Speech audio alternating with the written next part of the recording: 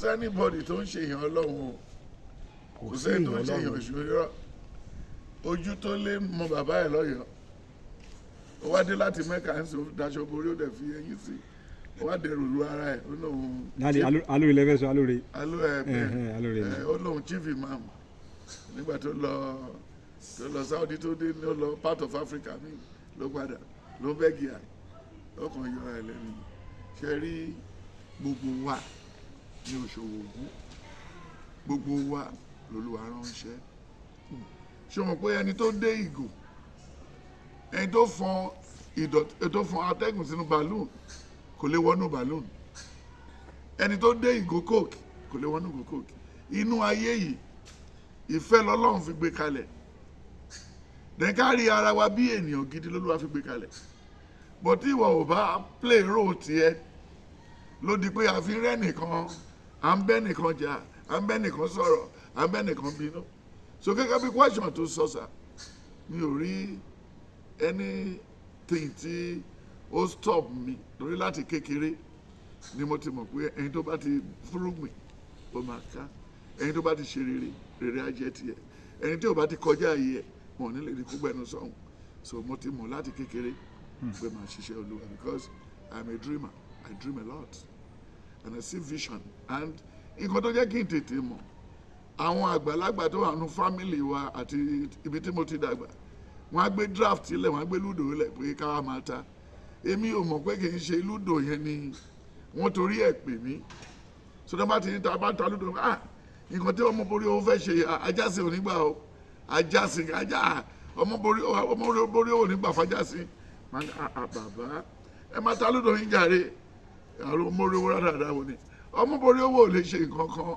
ajásìn lónìí ìjókòó yẹn wọ́n tó lè ní òjò tó fẹ́ rọ̀ lọ́la mọ́ òjò rọ̀ lọ́la òjò kankan rọ̀ lọ́la nǹkan báyìí ló máa ṣẹlẹ̀ so not knowing pé àwọn yẹn ń nò tiẹ̀ wọ́n nò tiẹ̀ dáhùn wọ́n dẹ̀ fi ṣe live fún wọn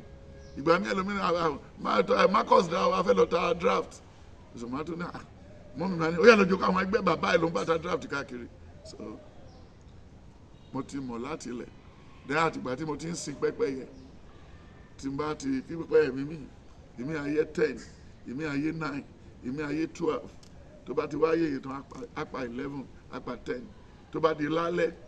màá wá múgi màá lọ máa fi collect wọn jọ so wọ́n á wá tò tẹ̀léra wọn lọ màá wá dúró sẹ́yìn so ẹ̀mí wọn sọ pé àbí darandaran mo fẹ́ ṣe bíi ti Buhari àbí bíi Boko Haram àbí kìnìún wọn but níbọn táìmì ta lè máa gbé kiri Buhari àti Abdulsalam àtàwọn tó ṣẹ̀dé yìí ló pín ìbọn lé wọn lọ ẹ̀yìn gbégi ilẹ̀ ẹ̀ máa pa àwọn Yorùbá wọn yìí kẹ̀ máa lé wọn kiri tẹ́ bá ti ń dà wọ́n láàmú wọ́n lè máa ta ṣọlẹ̀ Haúsá wọ́n lè máa ta tòmátò aláwùsá wọ́n lè máa ta gbogbo ẹ̀ tó dàbẹ̀ ni pé tó ń bá bẹ̀rẹ̀ sí ṣe fáàmù tírélà wa ò ní lè wá sí mile 12 mọ́ tírélà wa ò ní lè gbóúnjẹ wá sí ìsàlẹ̀ mọ́ iná fi dà wá wọn ò ní nǹkan míì nǹkan tó torí ẹ̀ ṣe nìyí torí wọ́n ń fọ́lò gbogbo interview tí mo ń ṣe lórí pé ẹ má jẹ́ ká jẹ sumara mọ́ mo ti bẹ̀rẹ̀ láti 1999